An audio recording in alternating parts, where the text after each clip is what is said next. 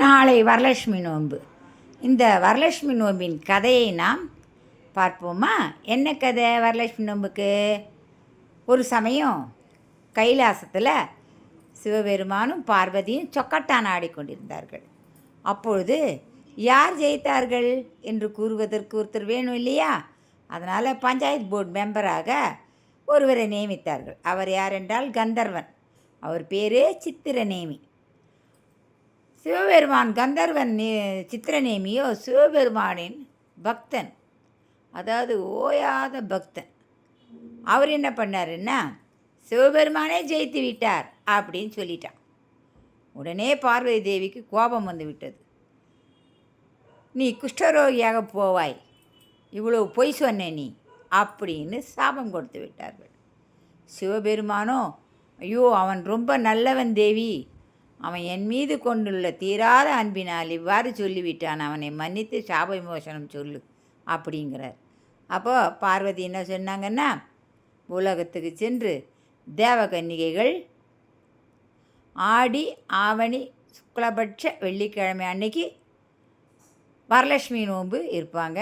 அந்த நோன்பை நீ போய் தரிசனம் பண்ணி ஃபுல்லாக நீ வந்து பார்க்கணும், பார்த்து ஆசீர்வாதம் பெறணும். அப்படின்னு பெற்றேன்னா உன் குஷ்டரோகம் உன்னை விட்டு விலகும் அப்படின்னு சொல்லிட்டாங்க. அதே மாதிரி சித்திரநேமி எங்கே வந்தார்? தடாகத்தில் வந்து வெயிட் பண்ணிகிட்டு இருந்தார்.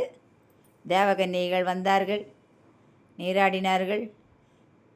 அப்பொழுது இவர் கேட்குறார், அம்மா நீங்கள்லாம் வந்து வரலட்சுமி நோன்பு எடுக்கிறதுக்காக வந்திருக்கீங்களா? ஆமாம், நீங்கள் யார்? அவர் தன் கதையை, சொந்த கதை, சோகக்கதையை சொல்கிறார்.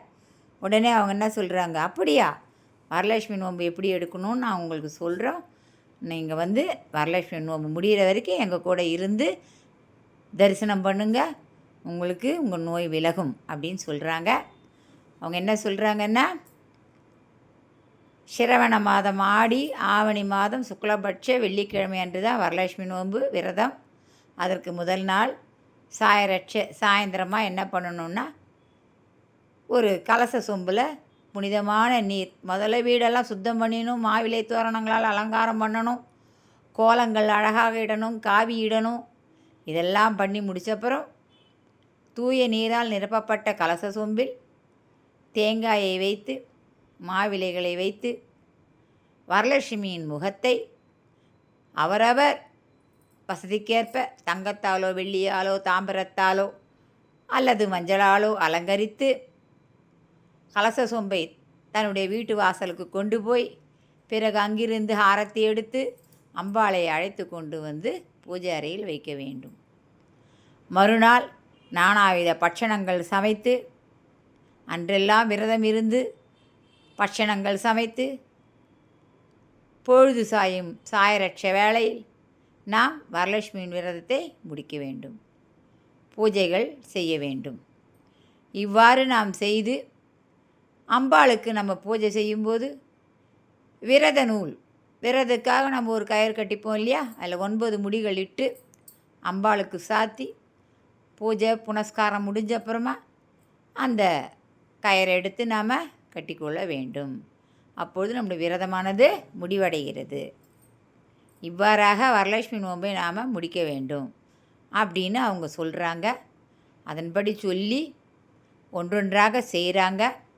அதெல்லாம் சித்திரநேமி பார்த்து கொண்டிருந்தார், வணங்கி கொண்டிருந்தார். அதே மாதிரி நோன்பு முடிவடைந்தது. வரலட்சுமியை வணங்கினார். அப்பொழுது அந்த நோன்பு நூலானது கொடுக்கப்பட்டது கயிறு, அதையும் தன் கரங்களில் கட்டிக்கொண்டார். தன் கரத்தில் கட்டிய மறு வினாடி அவருடைய குஷ்டரோகம் அவரை விட்டு விலகியது. இதுவே நம் வரலட்சுமி நோம்பின் கதையாகும். அனைவரும் கேட்டிங்களா? கேட்டவங்க எல்லாரும் நம்ம உடம்புல இருக்கிற எந்தவித நோயும் நம்மை விட்டு அகல, நாம் புத்தம் புது பொலிவுடன் திகழ வரலட்சுமி நோம்பில் பங்கெடுக்க வேண்டும். தரிசனம் செய்யலாம், பூஜை புனஸ்காரங்கள் செய்யலாம். வணக்கம்.